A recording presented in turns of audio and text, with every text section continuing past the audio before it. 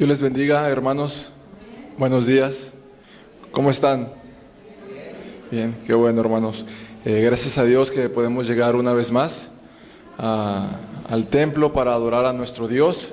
Le damos también la bienvenida a nuestros hermanos que nos observan por internet, como siempre lo hacemos, a nuestros hermanos que nos observan de otras partes de la República y hermanos que nos observan por internet y nos escuchan de otros países. Dios les bendiga y reciban un fuerte abrazo de la Iglesia Jesucristo es mi refugio de Santa Catarina, Monterrey, Nuevo León. Dios les bendiga, hermanos. ¿Cuántos vienen con un corazón agradecido y dispuesto para adorar a Dios? Amén. La Biblia, leí en la mañana, dice, porque donde esté vuestro tesoro, allí estará también vuestro corazón, dice Mateo 6:21. Y les hago esta pregunta para iniciar, hermanos, porque me ha pasado que de pronto estoy sentado y pasó el tiempo o alguna parte del tiempo de la alabanza o alguna parte del tiempo de la predicación del pastor y de pronto me doy cuenta que mi pensamiento se fue a otra parte. ¿A alguien le ha pasado eso? ¿Verdad? Posiblemente sí. Y posiblemente puede ser solamente un momento, pero sería lamentable que de pronto vinimos y todo el tiempo del servicio sucedió eso. Y muchas de las veces pasa, hermanos, porque nuestro corazón o nuestro pensamiento, manejándolo de una forma no tan profunda sobre este versículo, está en otra parte.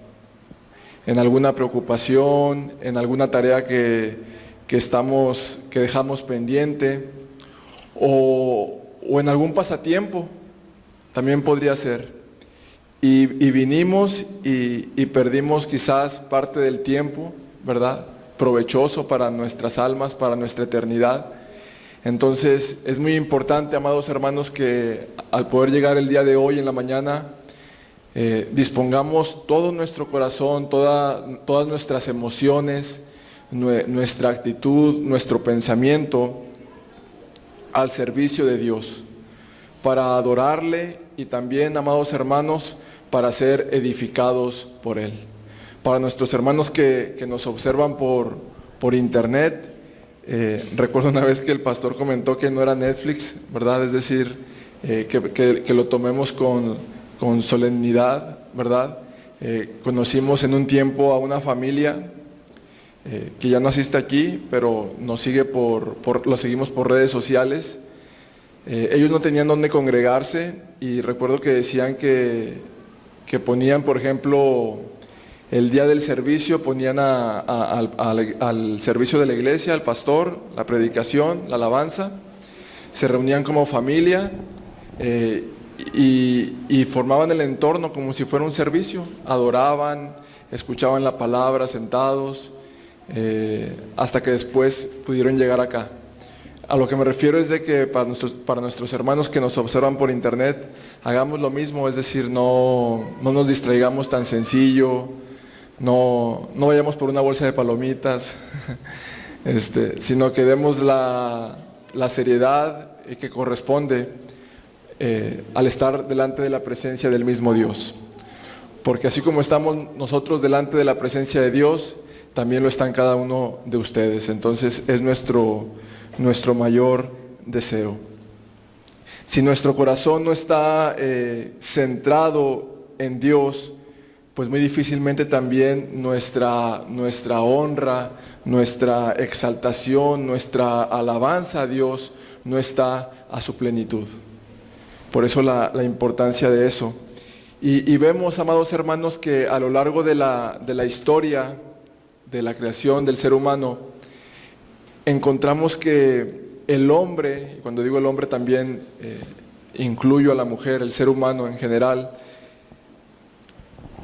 decide buscar diferentes alternativas que no es Dios. Por ejemplo, buscamos depositar nuestro afecto, nuestras emociones, nuestro amor al sexo opuesto, a nuestra familia en sí, a a las personas, es decir, cuánta gente, por ejemplo, no sigue a los políticos y deposita todas sus fuerzas, todas sus emociones, todo su tiempo, todo su amor para seguir al hombre.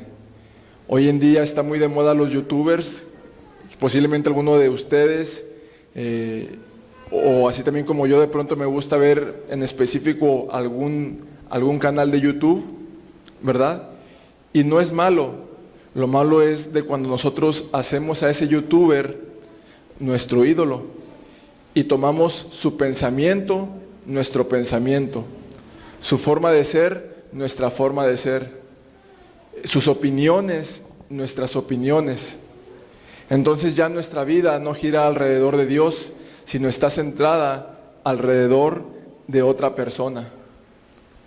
O también depositamos nuestra confianza en buscar las riquezas y el poder, ¿verdad? Cuando Dios nos ha dado un amor verdadero que es su Hijo Jesús, nos ha dado las verdaderas riquezas, que es sus promesas, y un día formar parte eternamente de su reino. ¿Cuántos creen eso? Amén. Y como hemos venido viendo, amados hermanos, les menciono todo esto porque hemos estudiado que la iglesia de Corinto padecía de eso. Ellos depositaban, o su dilema o su debate era a quién seguir: a Apolos, al apóstol Pablo, a Cefas. Y hemos observado y hemos estudiado cómo el pastor nos ha estado escudriñando la palabra, cómo Pablo los está ahora amonestando y mostrándoles que al único que debemos de seguir y que debían de seguir y depositar sus emociones, su fe, su confianza, era en Cristo Jesús y su evangelio. Amén. Veamos qué dice la palabra el día de hoy. Siempre lo dice, pero vamos a leer los versículos que el día de hoy nuestro pastor nos va a estar compartiendo.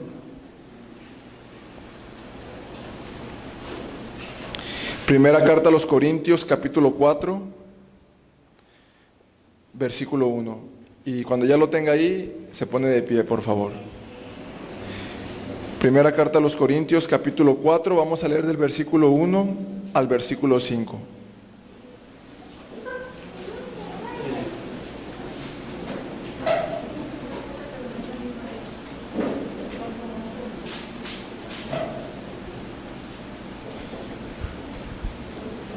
La iglesia de los Corintios, hermanos, no era muy diferente a nuestra iglesia. Y cuando digo nuestra iglesia, hablo de lo contemporáneo, de la iglesia de hoy en día. Trasladándolo, por ejemplo, a esta iglesia local, la iglesia de Corinto, los días lunes se reunía a las 10 de la noche para orar. Los días miércoles se conectaba para escuchar el estudio del pastor, el Cordero es el Rey, y los días domingos venía a la iglesia a reunirse. Es decir, eran miembros de la iglesia de Cristo, pero su corazón estaba demostrando que no estaba centrado en Dios. Y posiblemente al reflexionar de forma muy personal cada uno de nosotros, sin juzgar unos a otros, sino de cada uno reflexione en sí mismo, podríamos encontrarnos en esa situación. Dice la palabra de Dios, ustedes me siguen con su vista porque traigo otra versión, entonces para no confundirnos. Dice la palabra de Dios, que todos nos consideren servidores de Cristo, encargados de administrar los ministerios de Dios. Ahora bien, a los que reciben un encargo se les exige que demuestren ser dignos de confianza. Por mi parte, muy poco me preocupa que me juzguen ustedes o cualquier tribunal humano. Es más, ni siquiera me juzgo a mí mismo, porque aunque la conciencia no me remuerde, no por eso quedo absuelto. El que me juzga es el Señor. Por lo tanto, no juzguen nada antes de tiempo. Esperen hasta que venga el Señor. Él sacará a la luz lo que está oculto en la oscuridad y pondrá al descubierto las intenciones de cada corazón. Entonces, cada uno recibirá de Dios la alabanza que corresponde. El apóstol Pablo, amados hermanos, de alguna otra forma también les está mostrando, ustedes me siguen a mí o tienen su mirada en mí, pues bueno, yo soy un servidor. Y la palabra que utiliza aquí el apóstol Pablo como servidor es una traducción, amados hermanos, de siervo, que es un esclavo, pero se refiere a los siervos que han visto esas películas de los que están en los barcos, de los que van en el sótano remando. Arriba el capitán va muy tranquilo, ¿verdad? Y la flotilla va tranquilo hasta cierto punto. Pero en el sótano van los que reman. Y cuando nos pasan la imagen de ellos, están realmente esclavizados, sudados, sucios, cansados, desnutridos, porque es el trabajo muy fuerte que están haciendo ellos. Bueno, el apóstol Pablo utiliza esa referencia, los remeros que están en la parte del sótano, como un servidor para Cristo. Y después les menciona otro ejemplo, como lo ha estado haciendo en otras ocasiones, analogías, y les muestra un administrador. Soy un siervo, pero también un ministrador. Y utiliza la palabra que daba referencia a la persona que se encargaba de las tierras, del cultivo, la responsabilidad de los demás esclavos y de las finanzas del amo. Entonces el apóstol Pablo les muestra, de alguna forma, ustedes ponen su rostro, su mirada en mí, tómenme como ejemplo, pero yo estoy al servicio de Dios. Y la vida del apóstol Pablo realmente estaba centrada en Cristo, en Dios. Y nos dice, seamos administradores ¿de qué? De la verdad, del Evangelio de Cristo. ¿Qué les parece si oramos en esta mañana para que Dios nos ayude? Porque si es con nuestras fuerzas realmente es imposible. Solamente Dios y su Espíritu Santo puede dirigir nuestro corazón a Él, y que el día de hoy nuestro corazón pueda estar centrado en Él y que salgamos de aquí con una vida diaria centrada en Cristo. Amado Dios, te damos gracias en esta mañana nuevamente por el privilegio que nos das de podernos acercar a ti en oración, amado Dios. Te damos muchas gracias, Padre, por que nos has permitido llegar, Señor, el día de hoy. Te damos gracias, Señor, por nuestros hermanos que nos observan por internet, que tú haces posible, Señor, que puedan tener los medios necesarios para seguir siendo amonestados y edificados por ti, Señor. Oramos para que dentro de las posibilidades que ellos tienen, sobre todo los que viven aquí en la ciudad, pronto puedan estar acompañándonos aquí, Señor, porque es tu plan perfecto, que podamos reunirnos de forma física como iglesia para adorarte y para honrarte y exaltar tu bendito nombre, amado Dios. Amado Señor, que el día de hoy y que el resto de nuestras vidas, Señor, si no lo hemos venido haciendo antes, nuestro corazón, nuestras emociones, nuestras actitudes, Señor, nuestras obras estén centradas en ti, Señor, en tu palabra, en tu evangelio, Dios. Ayúdanos, Señor, a ser servidores de ti, Señor. Ayúdanos a ser verdaderos administradores de tu palabra, amado Padre. Señor, y que nuestro corazón, lejos, Señor, de mirar a los hombres, lejos de mirar, Señor, las riquezas, lejos de mirar, Señor, un puesto, lejos de mirar algún pasatiempo, Señor, cosas, Dios, que en sí no son malas, Señor, pero que pueden llegar a convertirse en nuestra prioridad.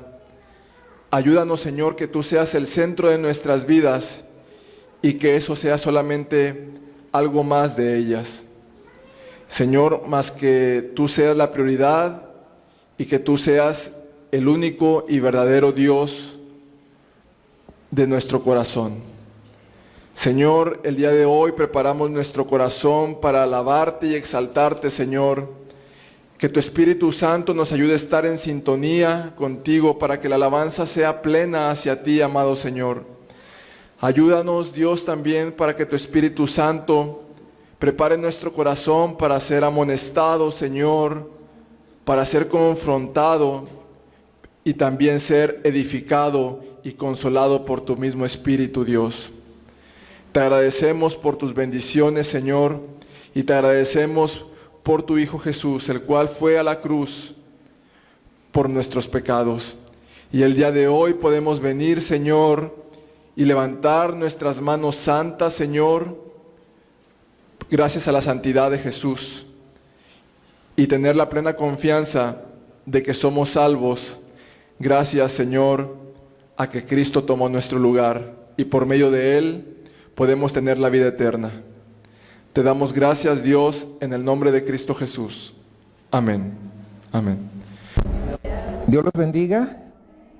¿Cómo están? Qué gusto de verlos a cada uno de ustedes. Tomen sus lugares, por favor. ¿Y los niños ya están listos para ir a su salón de clases? ¿Sí? Vayan pasando. Niños. Muy bien. Ya están listos ellos para pasar a su respectivo salón de clases.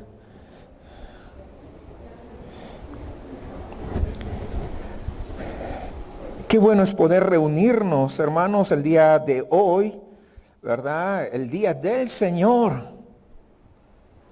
para darle gloria, honra, alabanza, adoración, porque Él es digno.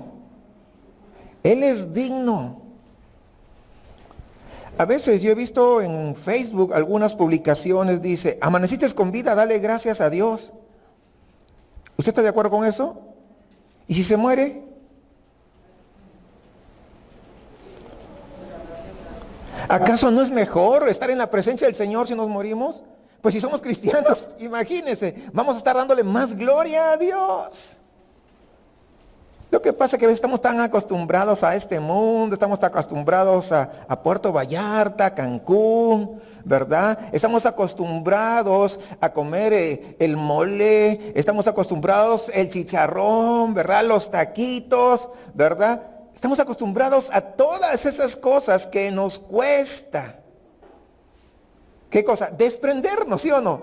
Porque no queremos nosotros desprendernos de esto que tenemos, que es temporal. Como que a veces no nos cae el 20, ¿no? De que esto, todo lo que tenemos, nuestra casita que con tanto esfuerzo hemos construido, también es temporal. ¿Sí sabía eso? Temporal. Entonces nosotros, si estamos con vida hay que agradecerle a Dios. Si estamos enfermos, ya no le agradecemos. Sí, porque Dios sabe por qué lo permite. Porque aún en medio de una circunstancia difícil, Dios no nos ha dejado. Dios sigue estando en el mismo lugar en su trono de gloria como estuvo cuando su Hijo amado estaba siendo crucificado. No se ha movido, sigue estando en el mismo lugar. Y el que ha prometido, yo estaré con vosotros hasta el fin, es porque hasta el fin va a estar. Así que Dios les bendiga mucho, hermanos. Y ya nuestro hermano Miguel estaba dando una breve introducción al día de hoy. Y yo creo que ya varios de ustedes ya saben que toca hoy día 1 Corintios capítulo 4, ¿verdad? Estamos yendo a lo largo de esta epístola. Y para todos ha sido, creo, una gran bendición.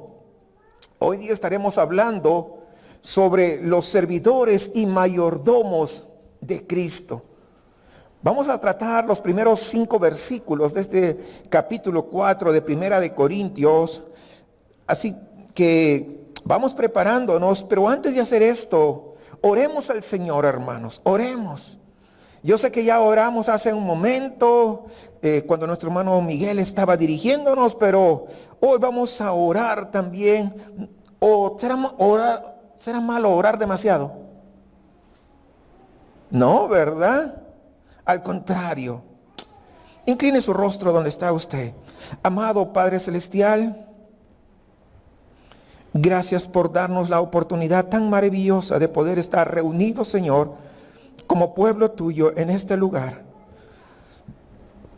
Confesamos lo mucho que necesitamos escucharte hablar y lo propensos que somos nosotros a dirigirnos a ti para oír solo lo que queremos oír, o para distorsionar, Señor, las verdades que nos trae tu palabra, o tal vez para ahogar, Señor, tu voz escuchando otras voces que compiten por nuestra atención.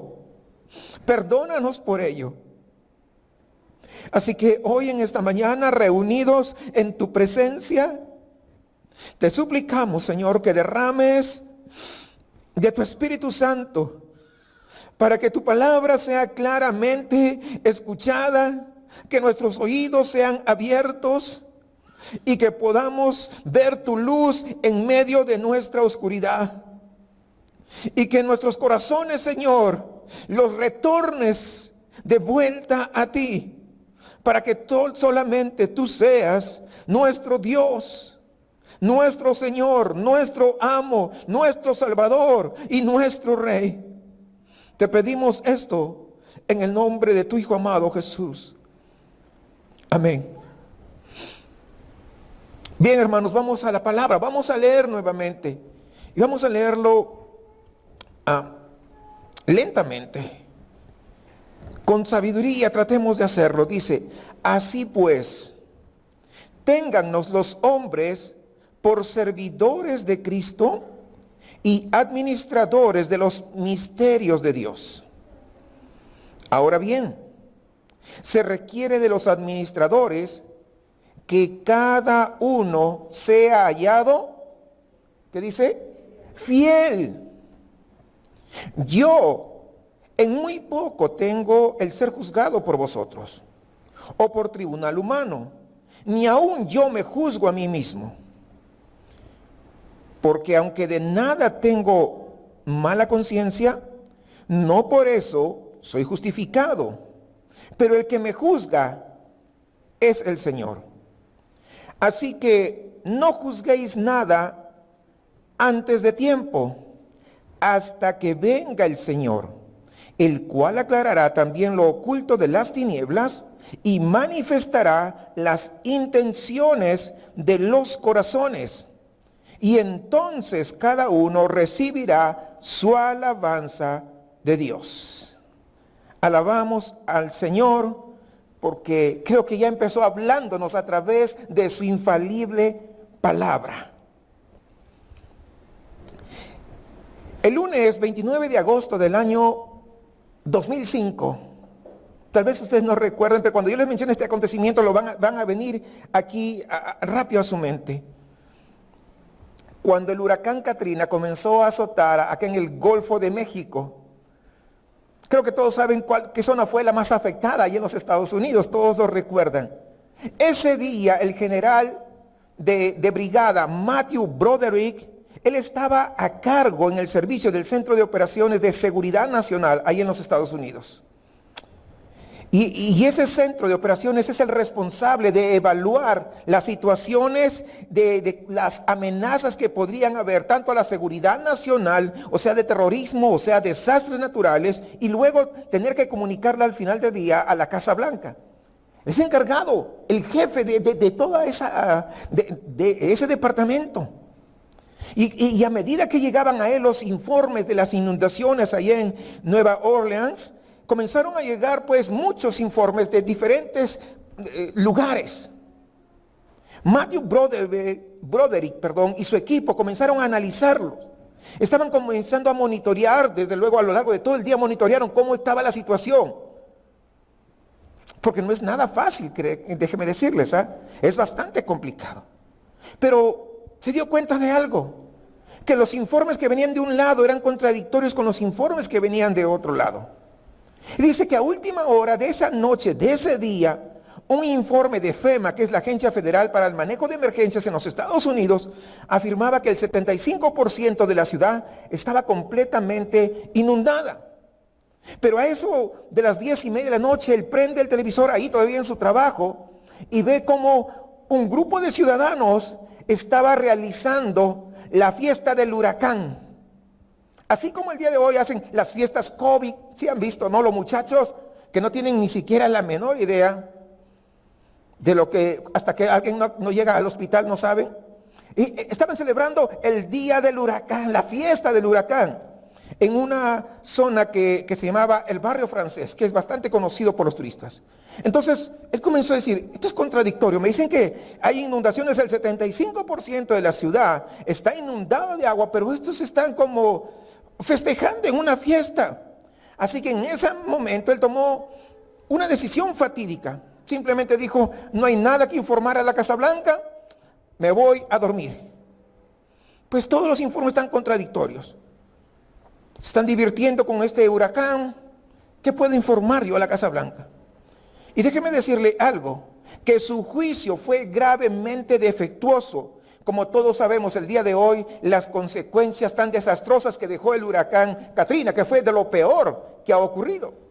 1,833 muertos, más de 100,000 viviendas completamente inundadas y destrozadas. El 80% de la ciudad inundada, 4 de cada 5 personas se quedaron sin hogar.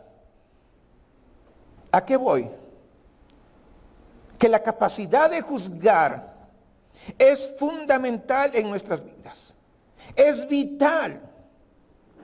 Todos nosotros, amados hermanos, no podemos sobrevivir sin la capacidad de evaluar y deducir y hacer determinados juicios cuidadosos. Y lo hacemos todos los días, miles de veces, en decisiones grandes, pero también en decisiones pequeñas. Los que están manejando acostumbran a venir a manejar por un lado, pero de repente está ahí que no se mueve el tráfico, entonces toma una decisión en ese momento. Dice, yo evalúo que mejor me voy por acá. Y así, puedo hacer muchas decisiones. Va al súper, voy a comprar este tomate, no, mejor compro el otro, y comenzamos a hacer muchas decisiones. Nuestra vida está llena de grandes decisiones y pequeñas decisiones. Pero como nos recuerda la historia de este general, Matthew Broderick, a veces, hermanos, nuestra capacidad de juicio puede verse gravemente comprometida con consecuencias catastróficas. El apóstol Pablo, Apolos y Cefas han sido el blanco o el objeto de juicios erróneos a manos de los corintios. Y Pablo escribe en nuestro pasaje, no solo para poner las cosas en el orden, como en su propio caso, sino para ayudarles a los hermanos de Corinto a encontrar un mejor camino. Así que miremos juntos este pasaje, 1 Corintios 4, del 1 al 5. Y quiero que nos fijemos básicamente en 3 cosas. 3 cosas que vamos a ver el día de hoy. En primer lugar, versículos 1 y 2, vamos a ver cómo es que la iglesia debe ver a los ministros del Señor. En primer lugar, versículo 1 y 2 nos habla cómo la iglesia debe ver a los ministros del Señor. En segundo lugar, versículos 3 y 4, cómo es que los ministros y los cristianos en general deben verse a sí mismos. Y el tercer punto que tenemos que ver aquí está en el versículo 5, y es que debemos notar esto, que la única opinión que siempre va a importar por encima de todos es la opinión de Dios. Dicho esto, prácticamente esas son las 3 partes en que se divide este sermón el día de hoy. ¿Cómo debe ver la iglesia entonces a los ministros del evangelio? Ya les dije, versículo 1 y 2. Así es como la iglesia debería ver a los ministros del evangelio. Así es como debe uno considerarlos, dice Pablo, como siervos de Cristo y administradores de los misterios de Dios. Muchos de los corintios no tenían ellos una buena idea, una buena opinión del apóstol Pablo. Nos podemos dar cuenta cuando lo leemos. De hecho, en 2 de Corintios capítulo 10, versículo 10, el apóstol Pablo nos muestra este tipo de cosas que habían estado diciendo acerca de Pablo. Pablo los ha escuchado decirlos y lo manifiesta. Fíjese, él dice, porque la verdad, dicen, las cartas son duras y fuertes, refiriéndose a Pablo, y más la presencia corporal débil y la palabra menospreciable. En otras palabras, lo que dice es, Pablo habla muy bien en sus cartas, excelente, pero cuando se presenta físicamente, cuando se presenta en persona, finalmente es tan poco impresionante. ¿Quién querría escuchar a una persona así? Es lo que estaban diciendo los corintios. Entonces, si ustedes se dan cuenta, mis amados hermanos, es una muestra de ese prejuicio y ese desprecio hacia el apóstol Pablo. Es más, alguien dijo, si Pablo viviera en estos tiempos y tuviera su página web, nadie le daría me gusta en ninguno de los comentarios que él hiciera. Definitivamente. Hermanos, como un comentario al margen, antes de poder ver cómo es que Pablo corrige esa forma de pensar, yo me pregunto, ustedes, amados hermanos, ¿no encuentran útil ver a una iglesia del Nuevo Testamento como esta de Corinto, con un poco de desorden, diríamos ahí? No sé si usted lo encuentra útil. Yo lo encuentro muy útil, inmensamente útil. ¿Por qué? Porque es posible, hermanos, que hoy, en esta mañana, algunos tal vez se sientan ofendidos de cómo la iglesia, Jesucristo es mi refugio, está fracasando en cumplir con el llevar el mensaje del evangelio. Tal vez dicen, oye, esta iglesia pensaba que era mejor esta iglesia y resulta que ahora que ya me integré no es tan buena como yo pensaba. No, yo creo que tendrían que hacer otras cosas. O tal vez es posible que usted esté luchando con la hipocresía que de repente ha visto en algunos acá en la iglesia. O tal vez con las mentiras o con la falta de juicio de otros. O tal vez con ese juicio crítico que podrían tener algunos. O algún otro defecto que tal vez usted ha visto acá en la iglesia. Y yo, ¿sabe qué? Usted tiene razón en sentirse consternado por esas situaciones que se pueden presentar dentro de la iglesia. De hecho, el apóstol Pablo, él estaba consternado cuando se encontró con esta situación allá en Corinto. Pero la Biblia, mis amados hermanos, nos muestra, fíjese esto, nos muestra los defectos de la iglesia como lo hace aquí en 1 Corintios muy claramente. Su objetivo, ¿saben qué? No es solamente corregir esos defectos, sino también enseñarnos a nosotros a poder tener paciencia como iglesia cuando nosotros veamos estos defectos, en lugar de simplemente criticar, en lugar de simplemente señalar, en lugar de simplemente acusar a alguien, sino a ser pacientes los unos con los otros. Y la Biblia lo que pretende es recordarnos, hermanos, que las luchas que se presentan el día de hoy, en el 2021, son las mismas luchas que se presentaron en el primer siglo. No son tan diferentes. Así que no debería de sorprendernos tanto, hermanos, que la iglesia esté llena de hipócritas, de mentirosos, de falsos, ¿verdad? Como tal vez yo, o como tal vez tú.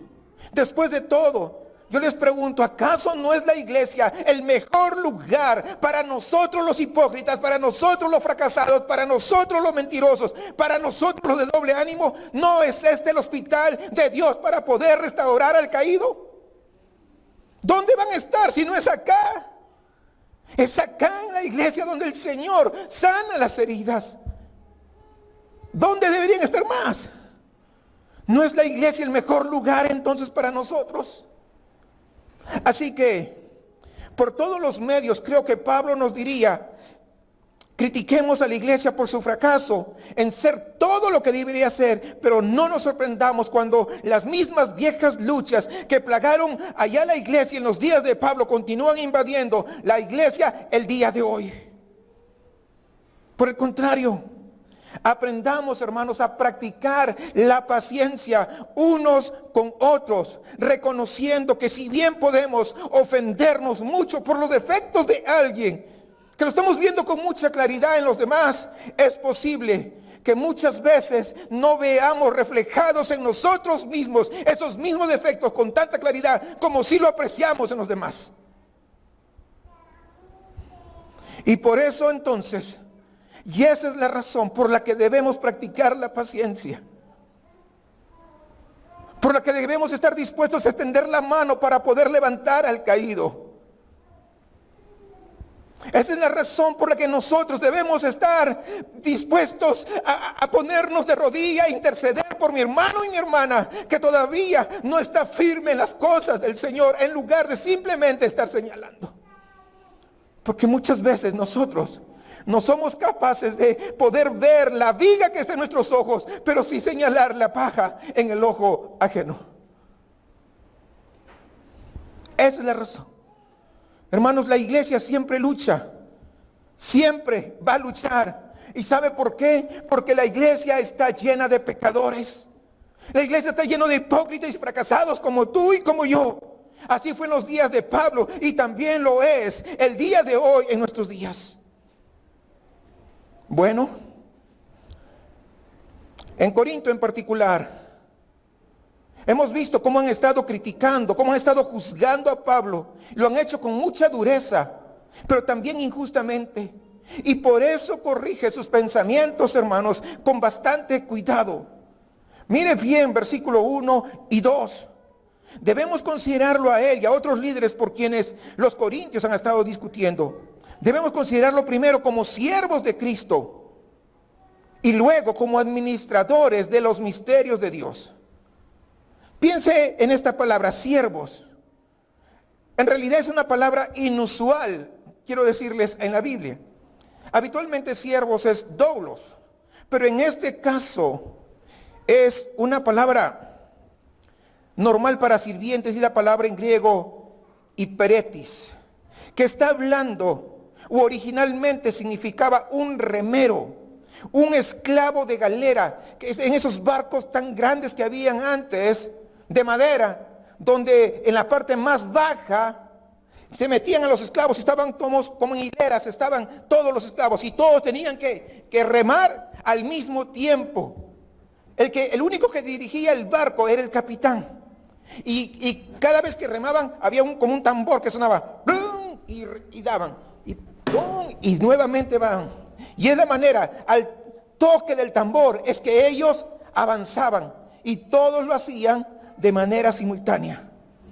Estos remeros estaban encadenados a sus remos, no se podían soltar. Ellos tienen que remar al ritmo del tambor, no pueden hacer otra cosa.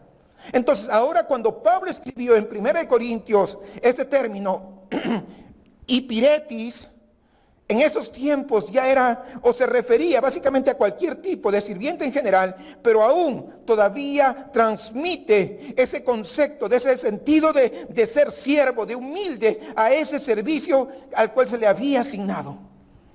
Esto es lo que es un ministro, dice Pablo, un esclavo de galera, moviendo su remo al ritmo del tambor del maestro, al maestro de maestros. A ese ritmo es que hace un ministro, es lo que tiene que mover su remo, es lo que tiene que avanzar. El que guía es él, es servidor de todos.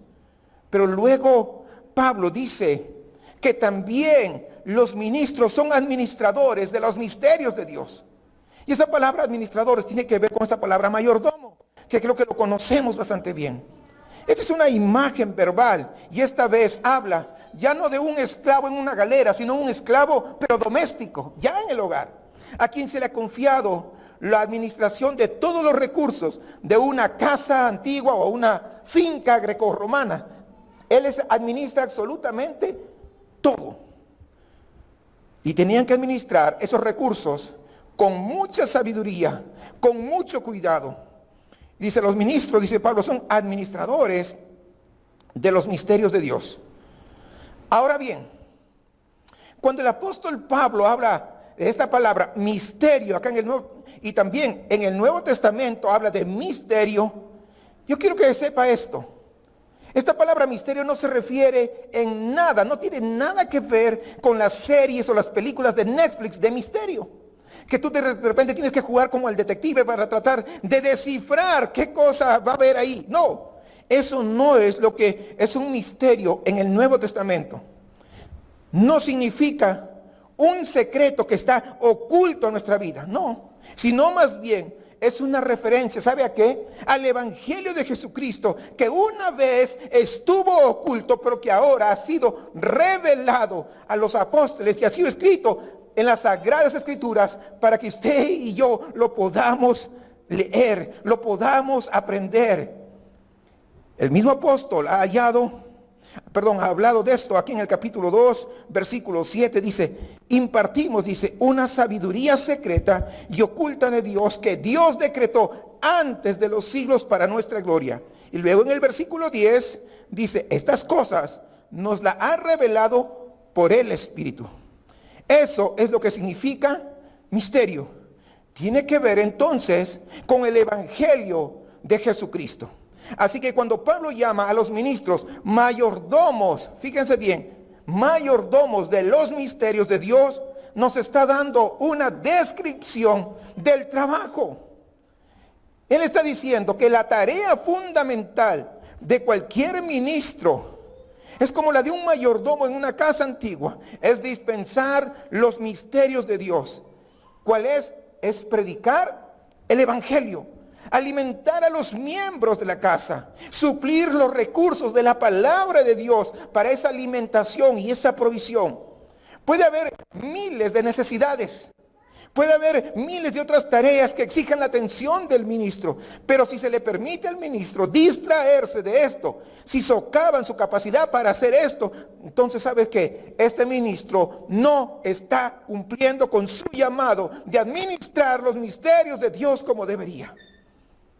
El ministro debe abrir la Biblia, explicar las Escrituras, debe predicar a Cristo, predicar la palabra de Dios. Así que es un remero, es un esclavo de galera que mueve su remo al ritmo del Rey Jesús, al ritmo del tambor de su maestro. Es un administrador que cuida la casa de la fe, dispensando sabiamente el evangelio de la gracia hacia el pueblo escogido de Dios. Por lo cual, mis amados hermanos, debemos entender que los ministros del evangelio son siervos de la iglesia, pero la iglesia no es su maestro. ¿Quedó claro eso? Los ministros del evangelio son siervos de la iglesia, pero la iglesia no es su maestro. Su maestro es Jesucristo. Los ministros del evangelio son siervos de la iglesia, hermanos, pero la iglesia no es su amo. Trabajamos para Jesús, tirando de ese remo a sus órdenes, sirviendo a la iglesia con su palabra de acuerdo con su diseño. Servimos, hermanos, a la iglesia, pero Jesucristo, ¿saben qué? Él es el dueño de la iglesia. Por eso que un ministro no puede hacerse dueño de la iglesia. No puede decir mi iglesia. El dueño de la iglesia se llama Jesucristo. El ministro solamente obedece órdenes de él. Ahora, en el versículo 2, los ministros como mayordomos, fíjese bien, deben ser fieles. Es decir, dignos de confianza, es decir, diligentes en su tarea. Y esa es la medida o ese es el estándar de la calidad de un mayordomo. ¿Es fiel? ¿Este mayordomo es digno de confianza? Quiero que entienda esto, hermanos. No tiene nada que ver con la fuerza o la dinámica de su personalidad. No tiene que ver con el brillo de su retórica que habla muy bien, que tiene muchas palabras de domingo. ¿Es fiel? Esa es la pregunta clave. ¿Ese ministro es fiel? ¿Ese pastor es fiel? Eso es lo importante. Eso es lo valioso, hermanos. Ahora puede imaginarse el desafío de esta enseñanza para los corintios, aquellos que calificaban a los ministros basándose en la extravagancia, basándose en el arte, basándose en esos discursos tan extraordinarios que tenían. Dicho de otra manera, en estos tiempos podemos decir, los corintios lo que querían es estrellas de rock, que querían celebridades. Ellos querían que al frente esté un influencer, un TikToker que tiene millones de seguidores, un YouTuber con millones de seguidores. No querían esclavos de galeones y mayordomos. Pero ¿sabe algo? Los ministros que Dios bendecirá, nos enseña Pablo, son los ministros que la iglesia necesita y que son fieles. Son mayordomos fieles que imparten los misterios de Dios. No imparten lo que la iglesia quiere oír. Imparten lo que Dios quiere hablar a su iglesia, porque el que conoce las necesidades de cada vida, de cada corazón, de cada situación y cada circunstancia, se llama Jesús. La palabra de Cristo es lo que debe ser predicada. No decir que predicamos, sino ese debe ser el centro, el evangelio de la gracia. Y los ministros tenemos que hacerlo diligentemente para el sustento de cada uno de ustedes, del pueblo que ha sido comprado por la sangre preciosa de Jesús. Así es como la iglesia debería entonces ver a los ministros. Pero muchas veces nos dejamos impresionar por otras cosas. Nos dejamos impresionar por dotes. Nos dejamos impresionar, wow, mira cómo se viste, muy elegante. Pero no nos estamos viendo la fidelidad. Así que usted tiene que ver a los ministros. Los ministros somos esclavos de esos galeones, mayordomos de la casa. Servimos a la iglesia por decreto y mandato de Jesucristo, quien es nuestro amo y es nuestro maestro. Y es así como la iglesia tiene que ver. Pero en segundo lugar, hablamos, y yo les mencioné al hacer la introducción, cómo deben verse a sí mismos los ministros del evangelio, pero también cómo debe verse cada cristiano, porque también aplica. Así que en segundo lugar, Pablo nos dice cómo los ministros, hermanos, del evangelio y por extensión, cómo cada cristiano debe verse a sí mismo. Primero, vimos o acabamos de ver cómo la iglesia debe ver a los ministros del evangelio, pero ahora, cómo deberían verse los ministros del evangelio a sí mismos. Acompáñenme ahí, sí, saquen la cita, ¿no? Versículo 3 y 4, no guarde su Biblia, ahí estamos, seguimos ahí. Dice, yo en muy poco tengo el ser juzgado por vosotros, o por tribunal humano, ni aun yo me juzgo a mí mismo, porque aunque de nada tengo mala conciencia, no por eso soy justificado, pero el que me juzga es el Señor. Fíjese bien, en realidad, aquí hay como 3 salas de audiencia en estos 5 versículos. Quiero que pensemos, hermanos, en las primeras 2 y vamos a llegar a la tercera sala en un momento. Las primeras 2 salas de audiencia, si entendemos una sala de audiencia, ¿no? Donde pues se presentan y donde hay un juez ahí al frente, ¿no? Las primeras 2 salas de audiencia están aquí en el versículo 3 y 4. Dice que la primera sala de audiencia que menciona Pablo, no sé si lo vemos aquí en el texto, es la sala de audiencia de la opinión pública. Mire, el versículo 3 dice, yo en muy poco tengo el ser juzgado por vosotros o por tribunal humano. Está diciendo, pero conmigo es una cosa pequeña que yo sea juzgado por ti o por cualquier tribunal humano. Pablo ha sido juzgado en el tribunal de la opinión pública de Corinto. Cada semana que estuvo en Corinto, en un hogar tras otro, alrededor o dentro de la iglesia, él podía pensar y decir, él estaba seguro del plato principal que se servía de comida ahí cada domingo. Yo no sé si usted va entendiendo eso. ¿Usted sabe qué plato? Aparentemente fue un manjar para Corinto, servir ese plato para la comida después del culto. ¿Qué cosa tenían en mente para comer el domingo después del culto de la iglesia cada semana que Pablo estaba allí con ellos, que estaba predicando? ¿Sabe qué servían los domingos? Servían un montón del predicador asado ahí humeando. Se sentaban a la sobremesa para hablar del predicador, para criticarlo, para decirle de todos sus defectos y hasta, como dicen acá en México, hasta de lo que se iba a morir, hablaban del predicador.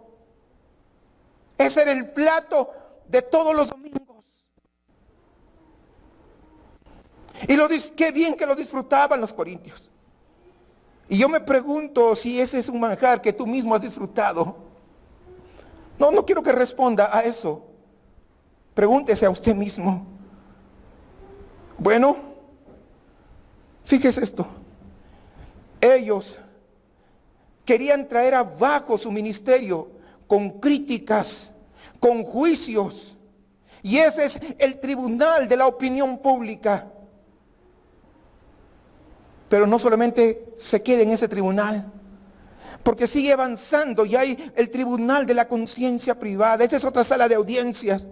Pablo lo menciona, dice, no solo el tribunal de la opinión pública, sino en el versículo 3 y 4 habla de ese tribunal de la conciencia privada.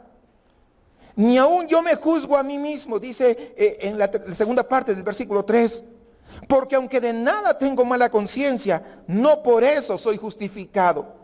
Es decir, ni siquiera me juzgo a mí, dice, porque no soy consciente de nada contra mí mismo, pero no por ello soy absuelto. Pablo está diciendo, en el tribunal de mi propia conciencia, aunque yo no veo nada, no encuentro nada específico que me condene, pero ¿sabe qué? Yo no puedo estar 100% seguro que así sea. Porque su propia estimación de sí mismo no es muy confiable o no es más confiable que aquellos juicios sesgados que tenían los corintios sobre el apóstol Pablo. Eso es lo que está diciendo.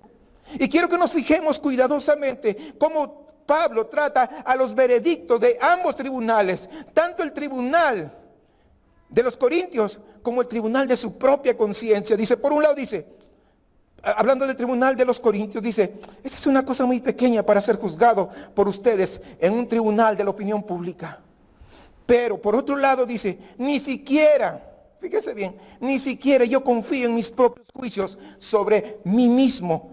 Está hablando de la sala, de la conciencia privada que él tenía de sí. Está claro que no le da mucha importancia a los veredictos de ninguno de los dos tribunales. No le da valor. Y aquí está mi pregunta. Mientras asimilo todo esto, mientras veo cómo se maneja Pablo a la luz del veredicto de la opinión pública e incluso al veredicto de su propia conciencia. Y aquí está mi pregunta, es lo que realmente quiero saber. Pablo, ¿cómo haces esto? Pablo, ¿no te gustaría ser libre del miedo y los prejuicios de los demás? Sin preocuparte por los juicios que emiten sobre ti. O tal vez, Pablo, ¿qué tal? Ser libre de la tiranía, de ese autorreproche o de la ceguera del exceso de confianza orgullosa que muchas veces sale. Ambas cosas parece que Pablo las evita de una manera tan extraordinaria en nuestro pasaje. ¿Cómo lo hace? No me importa si me juzgan, ni siquiera confío en mis propios juicios sobre mí. Así es como los ministros, hermanos, deben verse a sí mismos, no impulsados por el miedo de los hombres, ni esclavizados por las demandas del ego, del orgullo. Y este es un modelo que sospecho que es como a todos nos gustaría vernos a nosotros mismos, despreocupados por lo que la gente dice de nosotros, sin creer ni siquiera por un momento en nuestra propia reputación. Ahora, si somos honestos, ¿acaso no es esto difícil, algo difícil de conseguir? Yo sé que sí. Yo recuerdo cuando personas, aún pastores, han hablado de mí y ha sido doloroso, muy triste.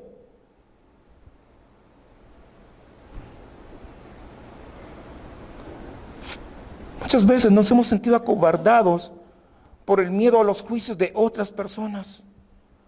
O tal vez profundamente heridos cuando nosotros lo escuchamos. ¿Acaso no nos sentimos conmovidos o influenciados por lo que nos preocupa de lo que los demás estén diciendo de nosotros? No es difícil hacer lo que Pablo parece tan fácilmente hacer en estos versículos. Una cosa es decirlo y otra muy diferente es hacerlo. ¿Saben? Los ministros necesitan desarrollar una piel gruesa, pero un corazón bastante tierno. Sí, piel gruesa y corazones tiernos.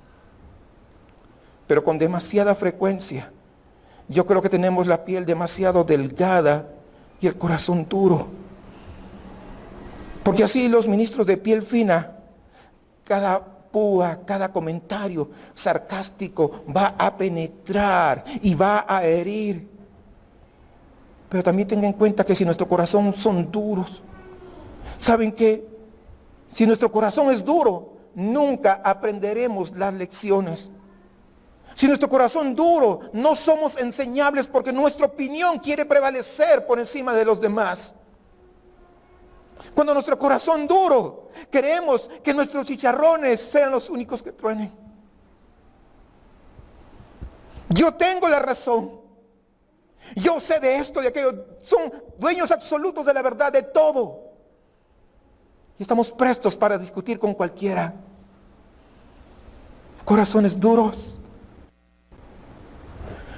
Y las heridas que nosotros recibimos difícilmente van a dar un fruto en un ministerio efectivo.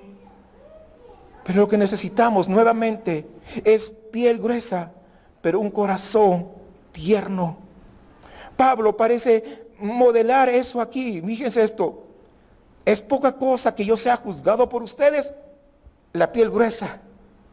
Pero fíjense ahí mismo, dice, ni siquiera me juzgo a mí mismo, no confío en mi propio veredicto, no escucho a mi ego, soy enseñable, dice. Estamos viendo un corazón tierno, ahí está la humildad.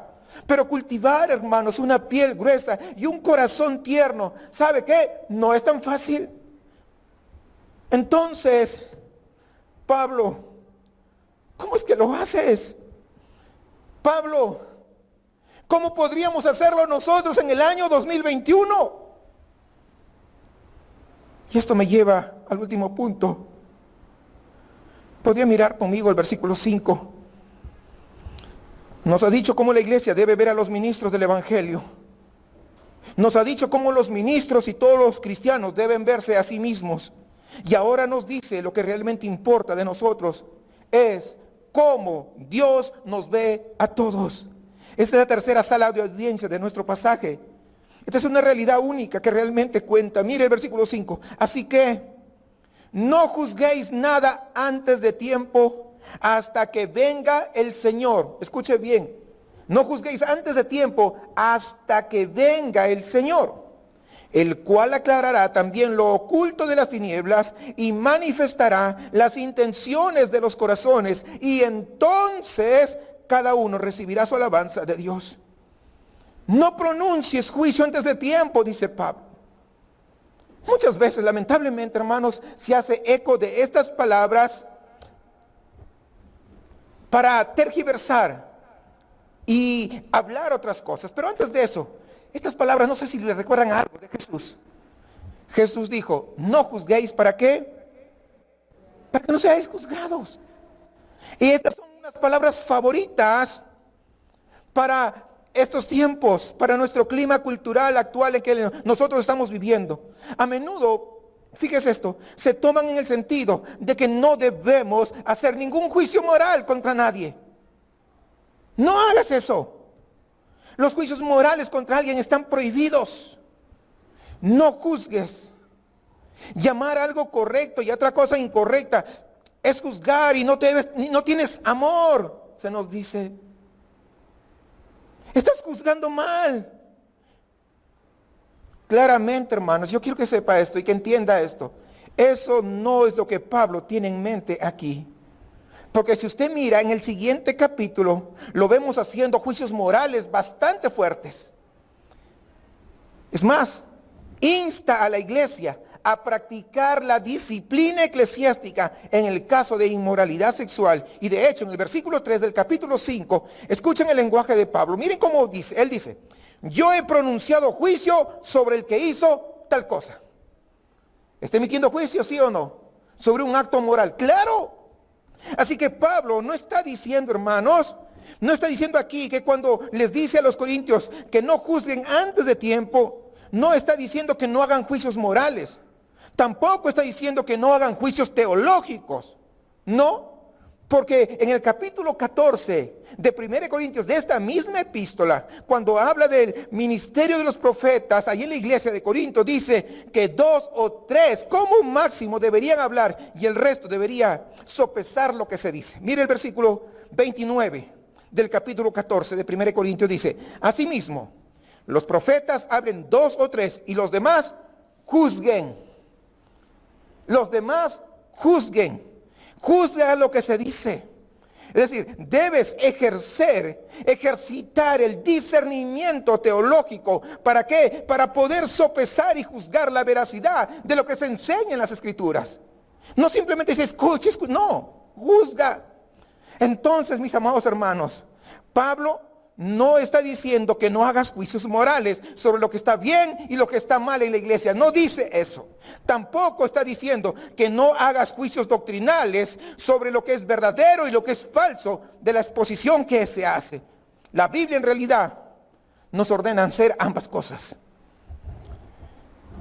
Una pequeña parte de la madurez cristiana radica justamente en nuestra capacidad de hacer esto, pero con humildad y de acuerdo con el estándar de la palabra de Dios. Pablo estaba reprendiendo a los corintios porque ellos habían desarrollado una norma propia, un estándar no bíblico. Habían establecido ellos, los corintios, un estándar basado en sus propios gustos, basados en sus preferencias personales. Y luego, ¿qué hacían? Querían medir a todos con ese estándar, con esa regla, y luego actuaban como jueces y verdugos sobre todos y cada uno de los que no estaban a la altura de los estándares de los corintios.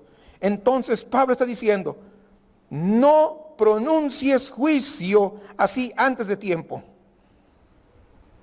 Cuando dice antes de tiempo, esto se refiere antes que el Señor regrese, porque ahí mismo lo dice. Cuando Jesús regrese y la corte final sea convocada a la sesión, Él es el que juzgará según las normas perfectas de la palabra de Dios, y sus juicios, los de Él, van a anular los tuyos.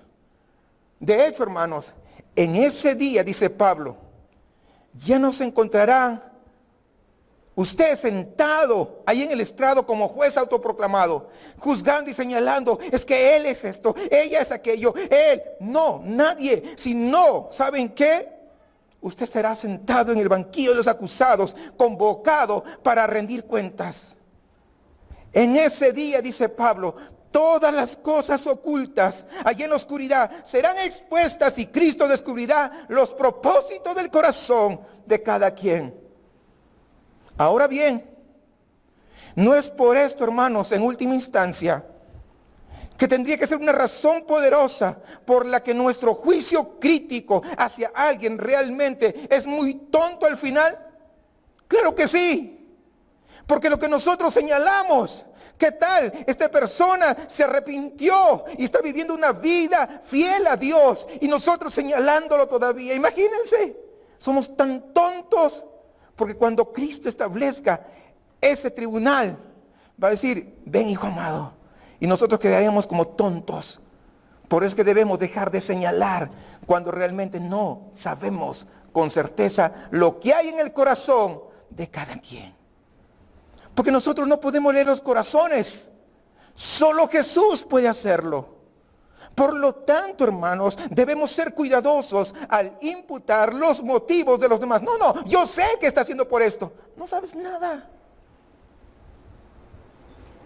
Cuando el único que tiene una mirada escrutadora, que puede penetrar a las profundidades, es la mirada de Jesús. Jesús, hermanos, y nadie más puede exponer y expondrá de hecho los motivos secretos que hay en el corazón y las cosas ocultas en la oscuridad. Un día lo hará, dice Pablo. ¿No es esto aleccionador? Un día lo hará. Pablo quiere que los corintios y nosotros también, hermanos, seamos conscientes de ese gran día final, que pensemos sobre ese día final, en esa sala de justicia, la última, cuyo veredicto es el único que importa al final del día.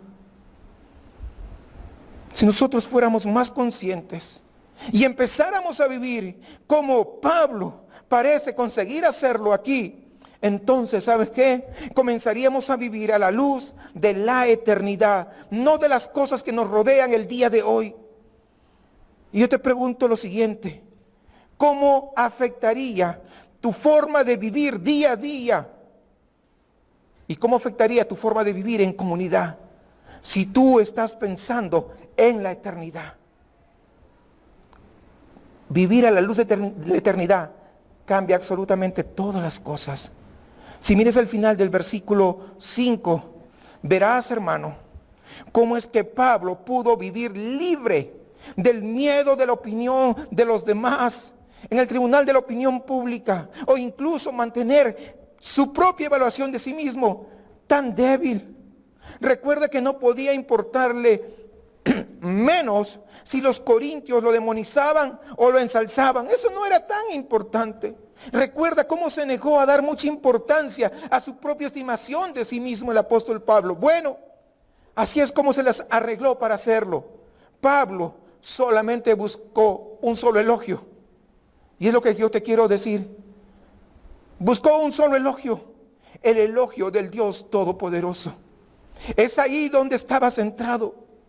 Su opinión es lo último, lo único que cuenta en última instancia. Dice, y entonces cada uno recibirá el elogio de Dios. Él estaba trabajando, Pablo estaba trabajando para el bien hecho, buen siervo y fiel de su maestro. Busca vivir para agradar a su Dios. Eso es lo que hizo Pablo. Y es lo que nosotros estamos llamados a hacer. La opinión de nadie más, ni siquiera la suya propia, tiene el peso final. Su pregunta no es, ¿qué pensarán los demás de mí? Tampoco es, ¿qué pienso yo de mí? Su pregunta más bien es, ¿recibirá mi conducta hoy el bien hecho de mi Redentor? ¿O por el contrario, estaré descalificado por Él? Porque ¿de qué sirve que todos me califiquen con un 10 si al final del día el que conoce lo profundo de mi corazón me va a descalificar? ¿Cuál es el camino hacia el olvido de uno mismo para que no esté esclavizado ni por las opiniones de los demás, ni por las jactancias del ego, de la autosuficiencia, de la arrogancia y del orgullo que nosotros tenemos? ¿Saben cuál es? Es saber que al final del día solamente importa una sola opinión. Una sola opinión. ¿Qué dice Dios sobre el trabajo de mi corazón? ¿Qué dice Dios de lo que hay en mi mente? ¿Qué dice Dios de mis acciones? ¿Qué dirá Jesús en su aparición final sobre la obra de sus mayordomos que deberían haber sido fieles en la casa de Dios?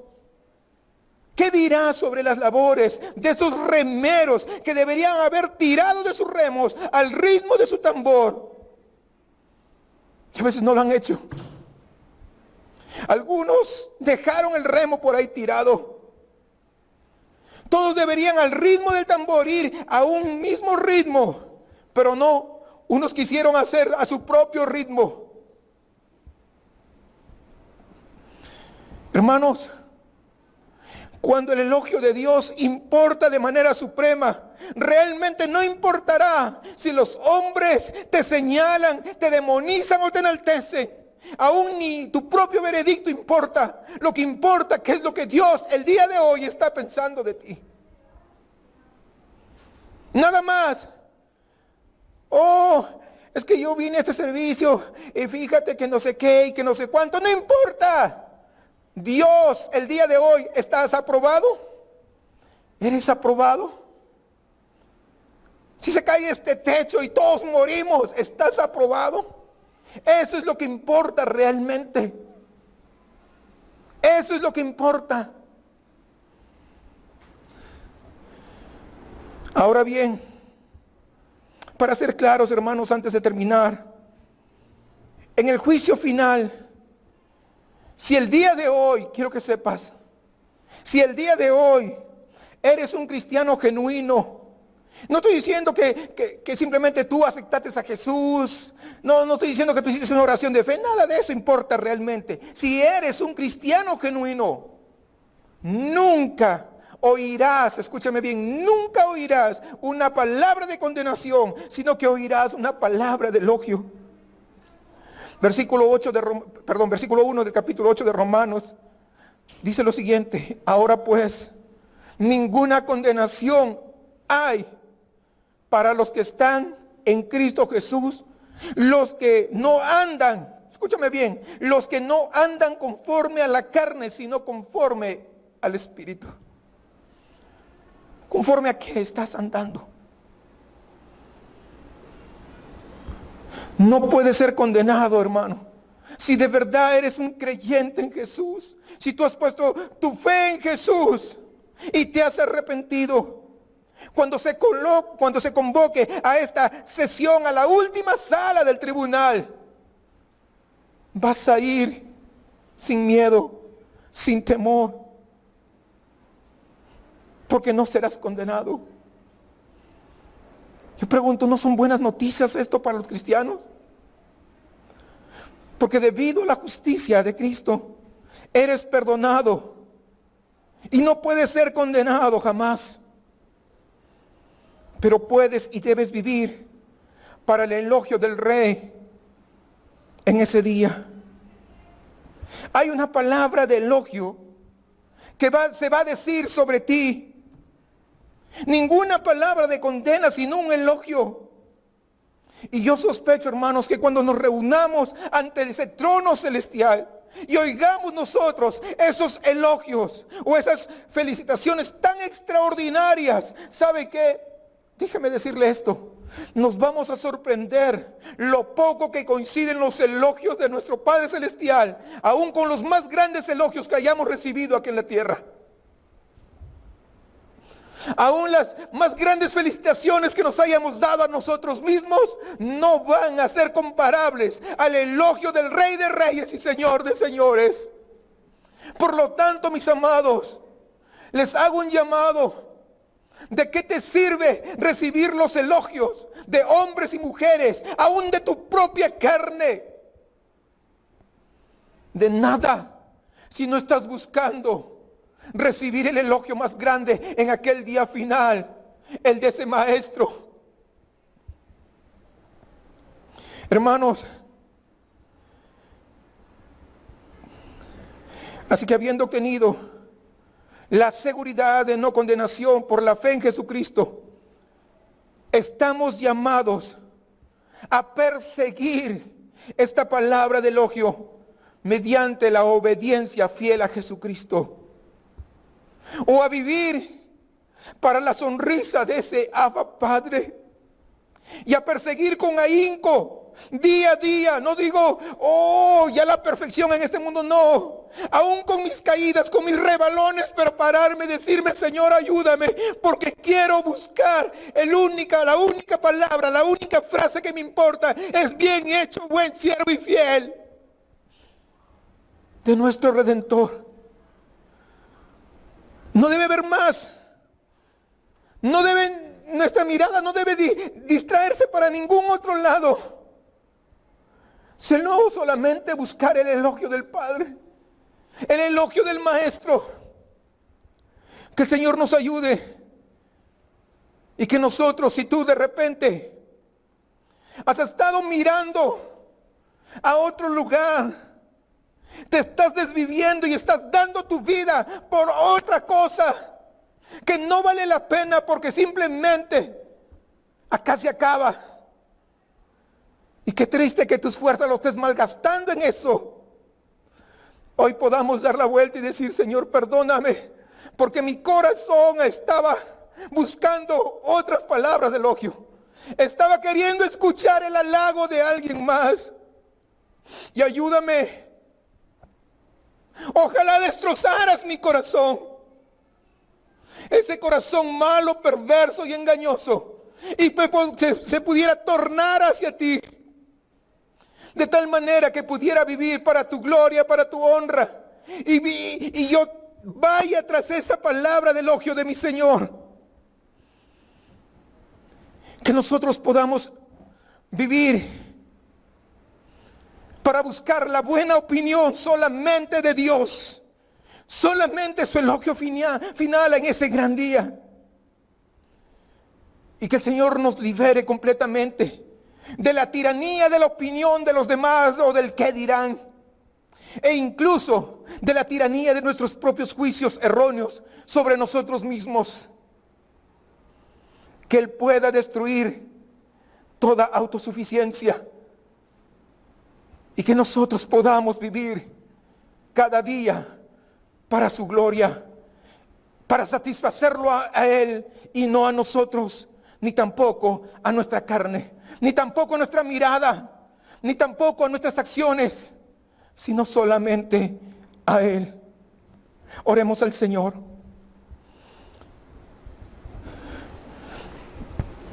Amado Padre, ni siquiera somos dignos de llamarte Padre.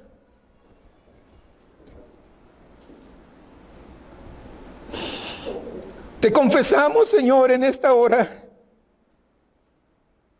que muchas veces las opiniones de los demás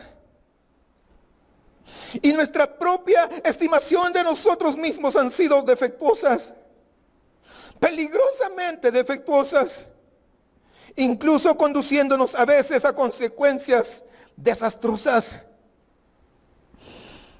Hoy nos acercamos a ti, Señor, suplicando que obres en nuestros corazones,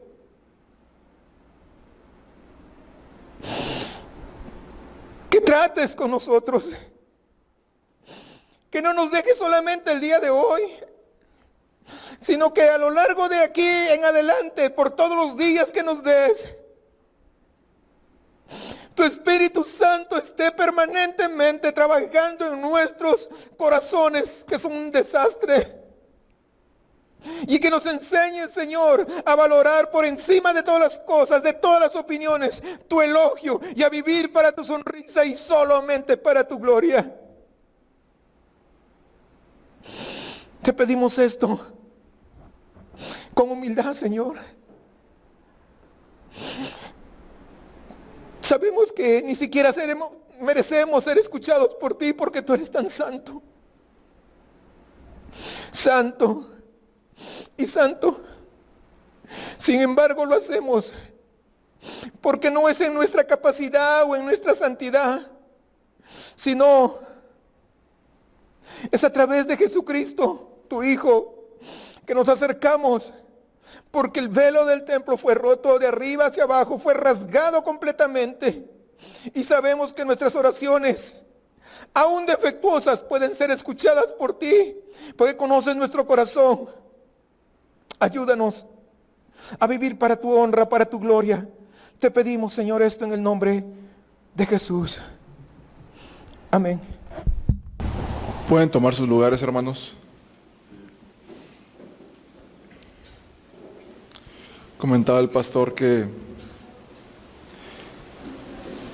no nos afanáramos o buscáramos los elogios de las personas, ¿verdad?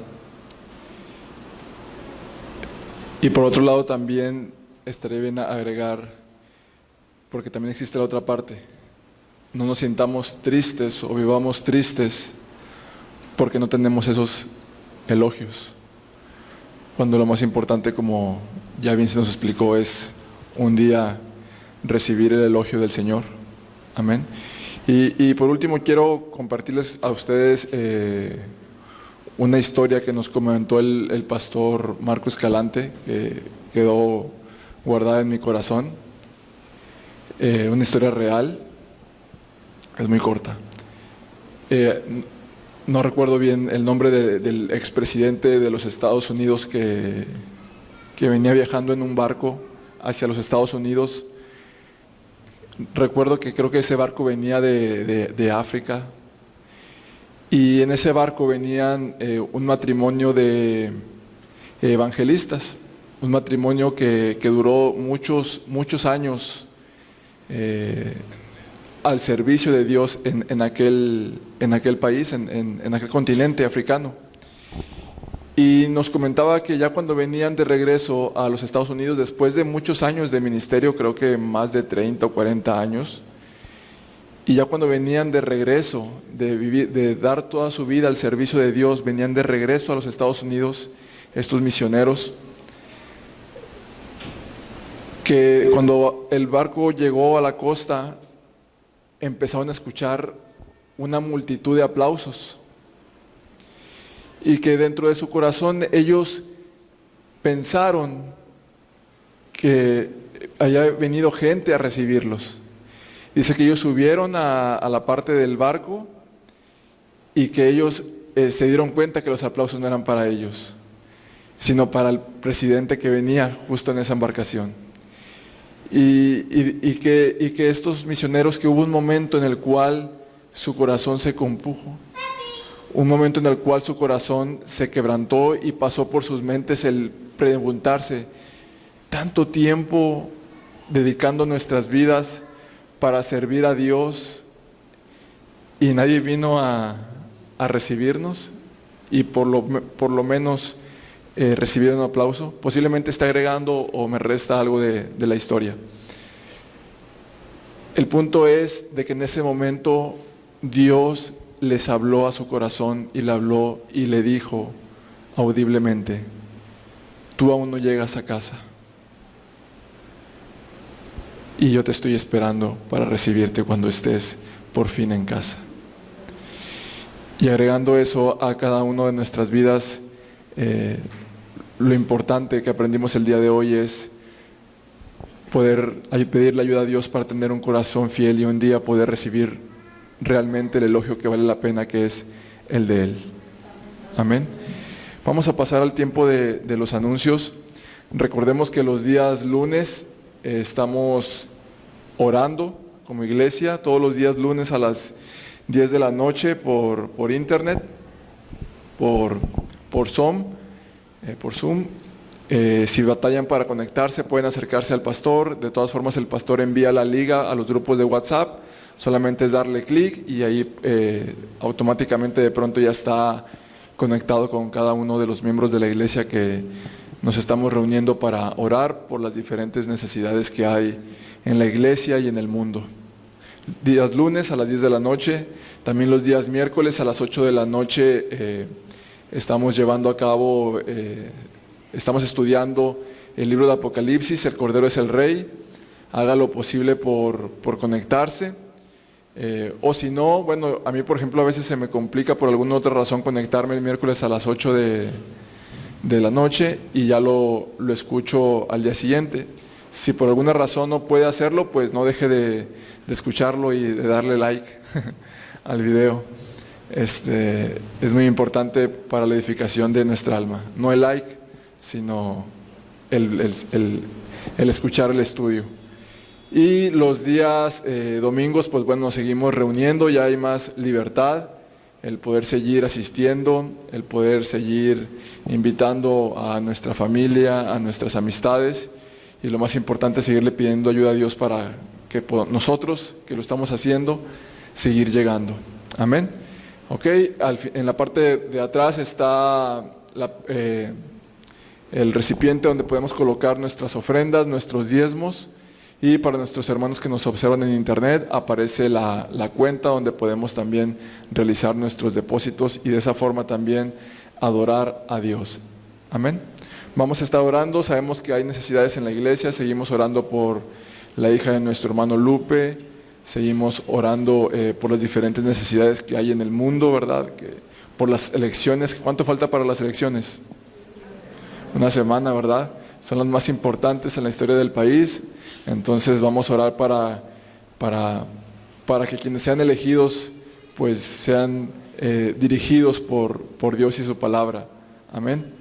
Y vamos a orar también por nuestra hermana Gris, que sigue pues batallando con las secuelas de las diferentes enfermedades o en este caso del COVID o de alguna otra enfermedad que ella pueda tener como secuela. Pues vamos a orar por nuestra hermana Gris. Amén. Es importante que si tiene alguna necesidad se las ponga nuestro pastor, porque es importante que podamos orar unos por otros. Decía, creo que Spurgeon, parafraseadamente decía que él decía, no hay nada mejor que alguien pueda hacer por mí que orar. O sea, qué profundo es eso. Es demasiado profundo ese comentario. Entonces, que podamos compartir nuestras necesidades para poder orar unos por otros. Vamos a orar. Amado Padre, te damos muchas gracias, Dios Todopoderoso, Dios Eterno, Padre de la Gloria. Te damos gracias, amado Señor, por habernos permitido, Señor, alabarte, adorarte en este día tan hermoso que tú has creado, Señor, porque nuevas son tus misericordias cada mañana. Te damos gracias, Señor, por tu palabra, la cual es una espada, Señor, de doble filo, la cual corta nuestro corazón, corta, Señor, nuestros propósitos personales, Señor, nuestros pensamientos. Señor, tu palabra, la cual nos confronta, Señor, la cual nos amonesta, la cual, Señor, literalmente nos hace ver nuestra pequeñez, Señor, tu palabra, la cual también, Señor, nos hace avergonzarnos por nuestro pecado. Pero también, amado Dios, te damos gracias porque nos das la respuesta, Señor. Te damos gracias porque tu palabra sana nuestro corazón. Tu palabra, Señor, trae esperanza a nuestras vidas. Tu palabra trae edificación, Señor, para nuestra alma. Te damos gracias, Señor, por lo bondadoso que tú eres y por la misericordia que has tenido, Señor, de que nos has permitido para venir y escucharla, Señor. Amado Dios, te pedimos la ayuda de tu Espíritu Santo, la cual sin ella, Señor, seguiremos fracasando, Dios. Te pedimos la alianza de tu Espíritu Santo para que en el momento oportuno siempre traiga a nuestra memoria, Señor, tu palabra. Y te damos gracias, Dios, porque sabemos que oramos conforme a tu voluntad y que tu Espíritu Santo, Señor, está dispuesto para gobernar nuestras vidas. Amado Señor, queremos orar por las necesidades que hay, Señor, en la iglesia, la cual tú sabes que existe y existirá, Señor, hasta que un día estemos delante de tu presencia y nos hagas perfectos, Señor. Amado Señor, oramos por la hija de nuestro hermano Lupe, Señor, Carla, para que tú sigas restaurando, Señor, y obrando en su salud. Oramos, amado Dios, por nuestra hermana Gris, Señor, que el día de hoy se le extrañó, amado Dios. Señor, para que tú sigas trabajando en su cuerpo, en su corazón, amado Señor, en su salud. Padre, sabemos que tú tienes el control de todas las cosas, que eres un Dios, Señor, con propósitos, y que tu palabra dice que a quienes te aman, Señor, todas las circunstancias de la vida son con un propósito y nos ayudan a bien, Señor. Mas somos frágiles, Señor. Somos seres humanos frágiles que aún, Señor, vivimos en el azote del pecado. Por eso la necesidad de clamar a ti, Señor, para que en momentos de tribulación traigas fe y fortaleza a nuestra alma, a nuestro corazón, amado Padre. Oramos, Señor, por las elecciones que son la próxima semana, Dios, las más importantes en nuestra nación, Señor. Y sabemos que tú tienes, Señor, ya destinado a los gobernantes que gobernarán, Señor, a nuestro país. Pero como iglesia, Señor, intercedemos para que esos gobernantes, Señor, puedan tener temor de ti, Señor, y de tu palabra, y de tus estatutos, y de tus leyes, amado Dios. Señor, oramos también por las ofrendas, por los diezmos que son depositados, Señor, con los cuales, así como te alabamos con nuestros labios, Señor, también es una forma de adorarte, Señor. Y no podemos, Señor, elegir adorarte de una forma y no de otra, sino de una forma integral, Señor. Te damos gracias, Dios, porque nos permites hacerlo, Señor. Señor, porque tú no miras la cantidad, sino que miras el corazón, porque un corazón agradecido da conforme a como tú nos has bendecido, amado Padre. Señor, te damos gracias y oramos también por nuestros hermanos que nos observan por internet. Señor, bendícelos allá en sus hogares, Señor, y que tu palabra no mengüe en el hogar de cada uno de ellos. Te damos gracias, Dios, por tu hermosa presencia, en el nombre de tu Hijo amado Jesús. Amén, amén. Dios les bendiga, amados hermanos, estamos despedidos.